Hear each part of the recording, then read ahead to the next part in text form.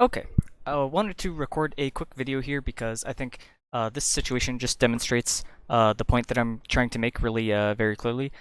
Basically, the new tower and fort changes, I think, are currently they solve an issue. It's good to be solved or whatever, but they're currently implemented in a way that has a lot more negative ramifications than they need to in the first place, and it changes the whole risk-reward structure of the game and things like that. They have a whole bunch of unintended consequences that I think result in justifying them needing changes. So this is, I think, the worst example. I think number one, obviously there's some really obvious changes. Some other people have suggested, for example, don't have the targeting beam on the minions, have it only when they're targeting a hero or whatever, so that it's very clear when it's targeting a hero versus not your minions, and when you've suddenly gained aggro, because you just see these beams swap over, and if it swaps over to this minion or this minion, I can't really tell if it swapped onto me until I start taking a bunch of damage, right? Uh, dot ticks should not refocus the towers. It should probably only be the initial application of a dot. Probably minions or summons or objectives should have targeting, like priority or whatever, and then the minion hits shouldn't retarget it onto you necessarily. Probably and some other things like that. But regardless, number one change is only make the like big damage increase and the armor reduction or whatever apply to the forts and the keeps, not to these front towers. Because the reality is, here's the new situation. I'm pushing with the minion wave, there's nobody else on the map, right? Blank map, fog of war, I can't see what's behind this wall. So now I have an ability, I'm Kira. I have Q.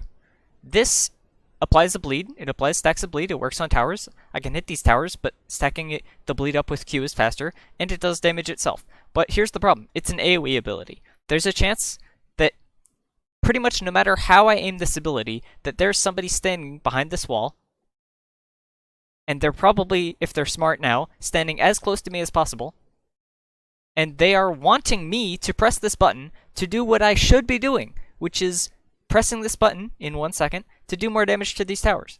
That's what I should do. I've been rewarded by pushing this wave and nobody defending it, that I should be able to push this tower, I should be able to use my abilities to do structure damage. That's like a key thing. No, in other MOBAs, you can't do this. You can't use your abilities to do damage to structures. That's a really unique thing in Heroes of the Storm. There's some heroes that increase their ability to do this because it's such a core part of the game.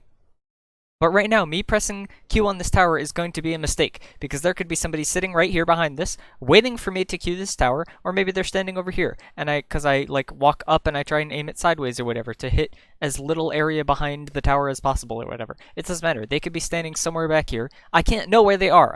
They're in fog. Like, I don't have vision.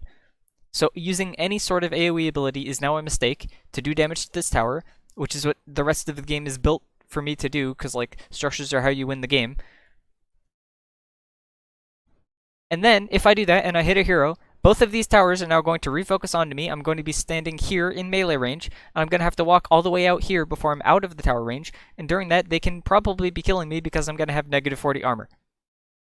So this makes absolutely no sense. It's super unintuitive, super counterintuitive. It's super antithetical to like the entire rest of the structure of the game. I'm incentivized to not use my abilities to do more damage to structures. I'm incentivized to like never step up into tower range for fear that any AoE ability I might use. So the reason why this isn't true is, if I just fast forward here, you can see I do use Q or whatever. I'm backing off. Now there's a hero down here. So once the wall is dead, it's fine, because then I can at least sort of see some area behind these front towers or whatever. But obviously this isn't a problem when the front towers are down and it's just the fort, because you can see the area, like the fort itself doesn't really block vision that much, and it's much harder to use an AoE ability. I can hit the front of the fort, and I'm not going to hit this huge area behind the fort where somebody could be standing and have the tower refocus onto me unless I'm like intentionally doing that, basically. And you can see the area that's around the fort or whatever. The problem is they limit your vision so much that using abilities at all when you are in range of the towers is oftentimes a mistake now. This isn't like, oh, well, it's a change and now you have this new decision making and it's a risk reward of like, do you weigh the risk of like using your ability and taking some damage or whatever so that you can get the structure damage? There is no decision making here. If I'm stepped up that far, I will likely die if there is a person actually there and I get focused by both towers. So it's, the risk reward is like, the scales are weighted so heavily that the risk is so high and the reward is so tiny that it's not even a decision at that point. There is no decision making. Whereas oftentimes, if I know there's a hero there, there is a decision of, do I use this ability on the hero? Do I use it on the tower? Do I save the cooldown in case we get into a fight or I need it to escape? Or all these other things, right? There is no decision making anymore. Just pressing the ability at all is now a mistake, which is dumb.